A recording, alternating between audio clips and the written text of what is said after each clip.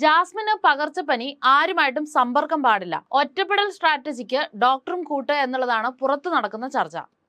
Monday episode മുതൽ പൂജ hospitalised ആണ്. കൂടുതൽ വിശദാംശങ്ങളൊന്നും പറഞ്ഞിട്ടില്ല. സിബിന് ഓഡിറ്ററി ഹാലൂസിനേഷൻ, ചെവിയിൽ ആരോ എന്തോ വന്നിരുന്ന് പറയുന്ന പോലെ ഫീൽ ചെയ്യുന്നു എന്നതാണ് പറയുന്നത്. ചുറ്റുപാടുകളിൽ നിന്നും ഡിസ്റ്റർബ്ഡ് ആവുന്നത് വഴി ഉണ്ടാകുന്ന കുറച്ച് കാര്യങ്ങളാണ് ഈ ഒരു ഹാലൂസിനേഷൻ വഴി ഉണ്ടാവുന്നത്. മൺഡേ പോയിട്ടുണ്ടായിരുന്നു, തിരിച്ചു വന്നു, ഇന്നലെ വീണ്ടും പോയി. റസ്മിൻ ഭായി ആശുപത്രിയിൽ പോയപ്പോൾ കാര്യങ്ങളൊക്കെ അറിഞ്ഞു വന്ന് കളിക്കുന്ന പോലെ സിബിനും ഒരു പുറത്തുള്ള വിശദ വിവരങ്ങൾ ചോർത്താൻ വേണ്ടിയിട്ട് ആശുപത്രിയിലേക്ക് എന്ന് ജിൻഡോ കാക്ക പറയുമായിരിക്കും.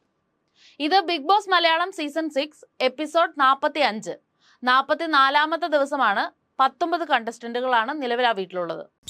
ബിഗ് ബോസ് ഹൗസിൽ മൈൻഡ് ഗെയിമുകൾക്കുള്ള സാധ്യതകൾ വളരെ വളരെ കുറഞ്ഞു വരികയാണ്. ഇന്നലത്തേക്ക് എപ്പിസോഡ് നോക്കിയിട്ടുണ്ടെങ്കിൽ ഒരു രീതിയിലുള്ള ഗെയിമിങ്ങും കാണുന്നില്ല. സായി, അഭിഷേക് ഒക്കെ ഒരു മൂലക്ക് ഇരുന്ന് ജിൻഡോയ്ക്കെതിരെയുള്ള ഗെയിം പ്ലാൻ ഒക്കെ ചെയ്യുന്നുണ്ടെങ്കിലും അതൊക്കെ പാളി പോവുകയാണ്. സിബിന് അതിനുള്ള ആ ഒരു ധൈര്യവും അല്ലെങ്കിൽ ആ ഒരു മെന്റൽ സ്റ്റെബിലിറ്റിയും കിട്ടുന്നില്ല. ഒരു ഗെയിമും പ്ലാൻ ചെയ്യാനായിട്ടുള്ള ഒരു ഇത് കിട്ടുന്നില്ല. ജാസ്മിനും ഒരു സൈഡാണ്. വന്നപ്പോൾ മുതൽ പല കാര്യങ്ങൾക്കും നേട്ടങ്ങൾക്കും വേണ്ടിയിട്ട് സായി, അഭിഷേക്, സിബിനൊക്കെ വല്ലാണ്ട് ജിൻഡോയുടെ കൂടെ നിൽക്കുന്ന പോലെ കാണിക്കേണ്ടി വന്നിട്ടുണ്ട്. അതുകൊണ്ടിട്ട് തന്നെ ഇപ്പോൾ ഒറ്റയടിക്ക് ജിൻഡോയ്ക്കെതിരെ തിരിക എന്നുള്ളത് അത്ര പോസിബിൾ അല്ല. പക്ഷെ അതിനുള്ള ചർച്ചകളൊക്കെ അവിടെ വീട്ടിൽ നടക്കുന്നുണ്ട്. ഫിസിക്കൽ ഗെയിം കണ്ടക്ട് ചെയ്യുന്നത് കൊണ്ട് മാത്രം 1 മണിക്കൂറിനുള്ള കണ്ടന്റ് ഒപ്പിക്കാൻ ഇന്നലത്തെ എപ്പിസോഡിന് പറ്റിയെന്നുള്ളതേ ഉള്ളൂ. പവർ ടീമിന് വേണ്ടിയുള്ള ടവർ ഉണ്ടാക്കുന്ന ടാസ്കും അന്താക്ഷരിയും പിന്നെ ഇൻഡിവിജ്വൽ ആയിട്ടുള്ള ബലൂൺ ഗെയിം ഒക്കെ കൊണ്ടിട്ട് അങ്ങോട്ടും ഇങ്ങോട്ടും തട്ടിമുട്ടിയും പോവുകയായിരുന്നു ഇന്നലത്തെ എപ്പിസോഡ്. ബിഗ് ബോസിന് പോലും തന്റെ ടോണൊക്കെ ഒന്ന് മാറ്റി പിടിച്ചാൽ, അല്ലെങ്കിൽ പ്രസന്റേഷന്റെ രീതിയൊക്കെ ഒരു മാറ്റി പിടിച്ചാലേ ഇനി കളിയുള്ളൂ, ഇല്ലെങ്കിൽ ഒരു എന്റർടൈൻമെന്റ് ആയിട്ട് എന്തെങ്കിലും ഒന്ന് കൊടുക്കണ്ടേ എന്ന് വിചാരിച്ച് ബിഗ് ബോസ് തന്റെ സ്ഥിരമായിട്ടുള്ള ഒരു ആറ്റിറ്റ്യൂഡ് ഒക്കെ വിട്ടു നിൽക്കുന്ന ഒരു അവസ്ഥയാണ് കാണുന്നത്.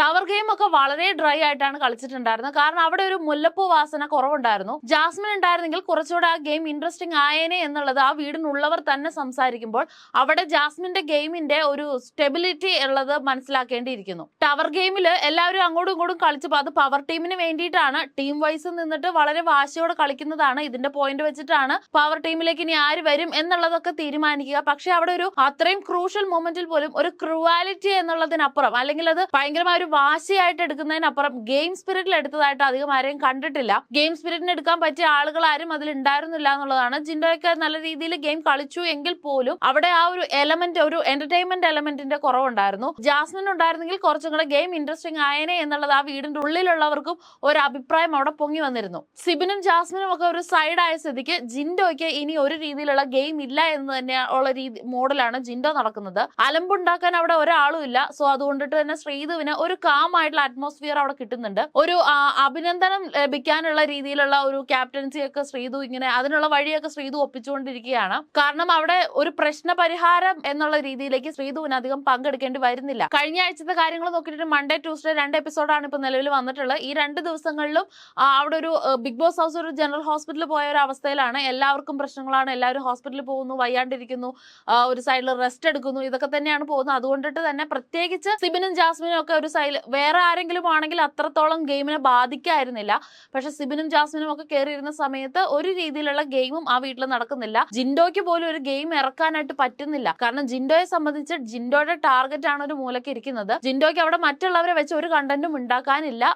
ടാർഗറ്റ് ചെയ്യുന്നത് ഒരാള് അല്ലെങ്കിൽ 2 പേരെ മാത്രമാണ്. നോറയ്ക്കും കാര്യമായിട്ടുള്ള ഒരു സ്പേസും കാര്യങ്ങളും അവിടെ കിട്ടിയിട്ടുണ്ടായിരുന്നില്ല. അപ്പൊ അവിടെ മൊത്തത്തിൽ ഒരു സോ കോൾഡ് നല്ലൊരു സിറ്റുവേഷൻ ആയിരുന്നു. അതുകൊണ്ടിട്ട് ശ്രീധുവിന് അവിടെ ഒരു ക്യാപ്റ്റൻസിയുടേതായ മറ്റൊരു മോഡ് കാണിക്കാൻ പറ്റിയിട്ടുണ്ട്. അപ്പോൾ ഒരു അഭിനന്ദനമൊക്കെ കിട്ടാനുള്ള സാധ്യതകളുണ്ട്.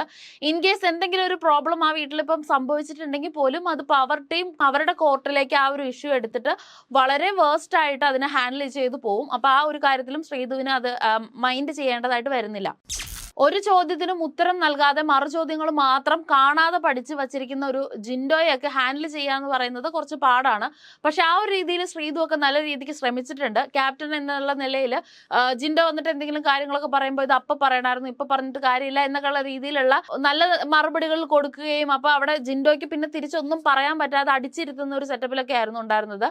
അപ്പൊ ആ ഒരു മോഡൽ നോക്കിയിട്ടുണ്ടെങ്കിൽ ശ്രീധു കുഴപ്പമില്ലാത്ത രീതിയിൽ ചെയ്യുന്നുണ്ട്. പിന്നെ കൂടുതലായിട്ട് ബെസ്റ്റ് ക്യാപ്റ്റൻസി എന്നുള്ള രീതിയിലേക്ക് പോകാനുള്ള ഒരു ചാൻസ് ശ്രീധുവിന് അവിടെ കിട്ടുന്നില്ല. അങ്ങനെ ഒരു ചാൻസ് കിട്ടിയിരുന്നെങ്കിൽ ശ്രീധു എങ്ങനെ ഉണ്ടാവും എന്നുള്ളത് യുവിക്ക് അറിയാൻ പറ്റുമായിരുന്നു. പിന്നെ മോർണിംഗ് ആക്ടിവിറ്റി ആണ് ഇന്നലത്തെ എപ്പിസോഡിലെ ഏറ്റവും കൂടുതൽ ഹൈലൈറ്റഡ് ആയിട്ട് നിന്നതും ഇന്നലത്തെ എപ്പിസോഡിൽ കിട്ടിയ 1 മണിക്കൂർ കണ്ടന്റിൽ ഉണ്ടായിരുന്നതും ഈ ഒരു മോർണിംഗ് ആക്ടിവിറ്റി ആയിരുന്നു. ബിഗ് ബോസിന്റെ വിശ്വാസ്യത ചോദ്യം ചെയ്തു എന്നുള്ള രീതിയിലാണ് മോർണിംഗ് ആക്ടിവിറ്റി പോയിട്ടുണ്ടായിരുന്നത്. കാരണം മോർണിംഗ് ആക്ടിവിറ്റിയിൽ ടാസ്ക് എന്തായിരുന്നു വെച്ചാൽ ആ വീട്ടിലുള്ള ഒരാളെ പറ്റിയിട്ട് ഒരു കള്ളം പറയുക എന്നുള്ളതായിരുന്നു ടാസ്ക്. അപ്പൊ മിക്ക ദിവസങ്ങളിലും മോർണിംഗ് ആക്ടിവിറ്റിയിൽ എന്തെങ്കിലും ഒരു ബോംബ് ഇട്ടിട്ട് പോകുന്നത് നോറ, റസ്മിൻ, ജാസ്മിൻ അല്ലെങ്കിൽ ജിൻഡോ ഒക്കെയാണ്. ജിൻഡോയെ സംബന്ധിച്ച് കള്ളങ്ങൾ പറയാൻ കിട്ടുന്ന ഒരു സാധ്യത അത് കള്ളമാണോ സത്യമാണോ എന്ന തരത്തിൽ തോന്നി പോകുന്ന തരത്തിലുള്ള കള്ളങ്ങളാണ് ജിൻഡോ പറയാ. ജിൻഡോയ്ക്ക് ആ വീട്ടിൽ കള്ളം പറയാൻ ജിൻഡോയെ കഴിഞ്ഞിട്ടേ ആ വീട്ടിലുള്ളൂ എന്നുള്ള ഒരു മൊത്തത്തിലുള്ള ഒരു ഇമ്പാക്ട് ജിൻഡോ അവിടെ ഉണ്ടാക്കി വെച്ചിട്ടുണ്ട്. അപ്പൊ ആ ഒരു ടാസ്ക് കിട്ടിയ സമയത്ത് ജിൻഡോ പറയുന്നത് റസ്മിൻ വീട്ടിൽ നിന്ന് പുറത്തു പോയി ആ ഒരു മെഡിക്കൽ കണ്ടീഷൻ കഴിഞ്ഞ് വന്നതിന് ശേഷം പുറത്തു പോയി ഗെയിം എന്താണെന്ന് മനസ്സിലാക്കി വന്നിരിക്കുന്നു എന്നുള്ള കാര്യങ്ങൾ ഇതിനു മുമ്പ് ആ വീട്ടിൽ ജിൻഡോ സംസാരിച്ചിട്ടുണ്ട്, ചർച്ച ചെയ്തിട്ടുണ്ട്. അപ്പൊ ആ ഒരു വിഷയമായിട്ട് കണക്ട് ചെയ്തുകൊണ്ടിട്ടുള്ള ഒരു കള്ളമാണ് ജിൻഡോ ഇവിടെ പറയുന്നത്. ജിൻഡോ പറയുന്നത് റസ്മിൻ ഒരു ടിഷ്യൂ പേപ്പറിൽ ഒരു ലെറ്റർ എഴുതി ബാത്റൂമിൽ വെക്കുകയും അതിനുശേഷം അത് ജാസ്മിനോടും ഗബ്രിയോടും അതുപോലെ അർജുൻ ശ്രീധുവിനോടും പോയി അതൊന്ന് ചെക്ക് ചെയ്യാൻ പറഞ്ഞു എന്നാണ് പറയുന്നത്. ആ ലെറ്ററിൽ എഴുതിയിരിക്കുന്ന കാര്യം അർജുൻ ശ്രീധു കോംബോ പുറത്ത് വളരെ ഹിറ്റ് ആണെന്നുള്ളതും ജാസ്മിൻ ഗബ്രി കോംബോ സൂക്ഷിക്കണം, അവർക്ക് അത്രയ്ക്ക് പുറമെ അത്ര ഒരു സപ്പോർട്ട് കിട്ടിയിട്ടില്ല എന്നുള്ളൊരു കാര്യമാണ് ആ ലെറ്ററിൽ ഉണ്ടായിരുന്നത് എന്നുള്ളതടക്കമാണ് ജിൻഡോ അവിടെ പ്രസന്റ് ചെയ്യുന്നത്. അപ്പൊ ഈ ഒരു വിഷയം കേട്ട് കഴിഞ്ഞപ്പോൾ ഇവർ 4 പേരും വല്ലാണ്ട് ട്രിഗേർഡ് ആവുകയും പ്രത്യേകിച്ച് ശ്രീധുവും റസ്മിനും നല്ല രീതിയിൽ അത് ട്രിഗേർഡ് ആവുന്നുണ്ട്. കാരണം ശ്രീധുവിന് ഒരിക്കലും അങ്ങനെ ഒരു കോംബോ ഉണ്ട് എന്നുള്ളത് പുറമേ കാണിക്കാനായിട്ട് അല്ലെങ്കിൽ കുറച്ച് ഇമേജ് കോൺഷ്യസ് ആയിട്ട് ശ്രീധു നിൽക്കുന്ന പോലെ പലപ്പോഴും തോന്നിയിട്ടുണ്ട്. റസ്മിനെ സംബന്ധിച്ച് റസ്മിൻ പറയുന്നത് ഞാൻ പുറത്തു പോയി ഇങ്ങനെ ചെയ്തു വന്നു എന്ന് ഇയാൾ ഇതിനു മുമ്പ് ഇവിടെ പറയുന്നത് കേട്ടിട്ടുണ്ട്. അപ്പൊ അങ്ങനെയുള്ള ഒരു സിറ്റുവേഷനിൽ ബിഗ് ബോസിന്റെ വിശ്വാസത്തെ ചോദ്യം ചെയ്യുകയാണ്. ഞാൻ പുറത്തു പോയപ്പോൾ ഇങ്ങനെയായിരുന്നു, എനിക്കൊരു രീതിയിലുള്ള ഡിവൈസസോ കാര്യങ്ങളോ പുറത്ത് വേൾഡുമായിട്ട് കണക്ട് ചെയ്യാൻ പറ്റുന്ന ഒരു രീതിയിലുള്ള ഇത് ഉണ്ടായിരുന്നില്ല. പക്ഷെ ഇങ്ങനൊരു കാര്യം പറയുമ്പോൾ ബിഗ് ബോസിന്റെ ക്രൂവിന് തന്നെ അതൊരു അപമാനിക്കുന്ന രീതിയിലേക്കാണ് എന്നൊക്കെ പറഞ്ഞിട്ടുള്ള രീതിയിലാണ് റസ്മിൻ അവിടെ സംസാരിക്കുന്നത്. അപ്പൊ ആ ഒരു ഇഷ്യൂ പവർ ടീമിനോട് പറയുകയും അവരവിടെ ഒരു കോർട്ട് റൂം സെറ്റപ്പിൽ ചെയ്യുകയും അതിനെ അവിടെ കൊണ്ടുവന്നിരുത്തി ചോദ്യം ചെയ്യുകയൊക്കെ ചെയ്യുമ്പോൾ പോലും റസ്മിൻ ചോദിക്കുക അല്ലെങ്കിൽ മോഡറേറ്റർ ചോദിക്കുക ചെയ്യുന്ന ക്വസ്റ്റ്യൻസിന് ജിൻഡോയ്ക്ക് ഒരു ആൻസർ ഇല്ല. ജിൻഡോ അവിടെ മറു ചോദ്യങ്ങൾ ചോദിച്ച് ഹാൻഡിൽ ചെയ്ത് പോയിക്കൊണ്ടിരിക്കുന്ന ഒരു സിറ്റുവേഷൻ ആണ് ഉണ്ടായിരുന്നത്. അപ്പൊ ഈ ഒരു സംഭവമാണ് ഇന്നലത്തെ എപ്പിസോഡിൽ കുറച്ചും കൂടെ ഒരു ഹൈലൈറ്റഡ് ആയിട്ട് നിന്നിട്ടുണ്ടായിരുന്നു. അതിനുശേഷം പിന്നെ സിബിൻ പുറത്തേക്ക് പോകാനുള്ള ഒരു തയ്യാറെടുപ്പും കാര്യങ്ങളൊക്കെ ആയിരുന്നു. സിബിനെ ഡോക്ടറുടെ നിർദ്ദേശപ്രകാരം ബിഗ് ബോസ് ഹൗസിൽ നിന്ന് പുറത്തേക്കാക്കുകയാണ് എന്ന് ഉള്ള ഒരു അനൗൺസ്മെന്റ് ആണ് അവിടെ വന്നിട്ടുള്ളത്. താൽക്കാലികമായി പുറത്തേക്ക് പോകുന്നു എന്നോ അല്ലെങ്കിൽ സ്ഥിരമായിട്ട് പുറത്തേക്ക് പോകുന്നു എന്നുള്ളതോ പറഞ്ഞിട്ടില്ല. കറക്റ്റ് ആയിട്ട് ബിഗ് ബോസ് പറഞ്ഞിട്ടില്ല. സിബിൻ തിരിച്ചു വരുമ്പോൾ ഇൻ കേസ് സിബിൻ ഓക്കെ ആണ് എങ്കിൽ അവിടെ സംസാരം വരിക, ബിഗ് ബോസ് പുറത്ത് കൊണ്ടുപോയി സിബിന് ഹിന്റ് കൊടുത്തു, അതിനുശേഷം സിബിനെ ഓക്കെ ആക്കി തിരിച്ചു കൊണ്ടുവന്നു. പുറത്തെ കാര്യങ്ങൾ അറിഞ്ഞതിന് ശേഷം സിബിൻ ഓക്കെ ആണ് എന്നുള്ള തരത്തിലുള്ള ടോക്ക് ആയിരിക്കും വരിക. ഇൻ കേസ് ഓക്കെ അല്ലാതെ ഒരു ബാഡ് സിറ്റുവേഷൻ അല്ലെങ്കിൽ ഇപ്പൊ ഇതുവരെ ഉണ്ടായിരുന്ന ഒരു സിബിനെ അല്ലാതെ ഒരു ചേഞ്ചിങ് മോഡാണ് കാണുന്നതെങ്കിൽ ബിഗ് ബോസ് സിബിനെ വല്ലാണ്ട് തളർത്തി എന്നുള്ള തരത്തിലുള്ള സംസാരങ്ങളായിരിക്കും വരേണ്ടാവുക. അതുപോലെ പിന്നെ ഉണ്ടായിരുന്നത് ഒരു അന്താക്ഷരി നിമിഷകവി ടാസ്ക് ഉണ്ടായിരുന്നു. അതിൽ ശ്രീരേഖയ്ക്കൊക്കെ നല്ല രീതിയിൽ പെർഫോം ചെയ്യാൻ പറ്റിയിട്ടുണ്ട്. പെട്ടെന്ന് ഉണ്ടാക്കിയ ഒരു കവിതയൊക്കെ നല്ല രസമുണ്ടായിരുന്നു. ഒരു കവിത പ്രസന്റ് ചെയ്തു.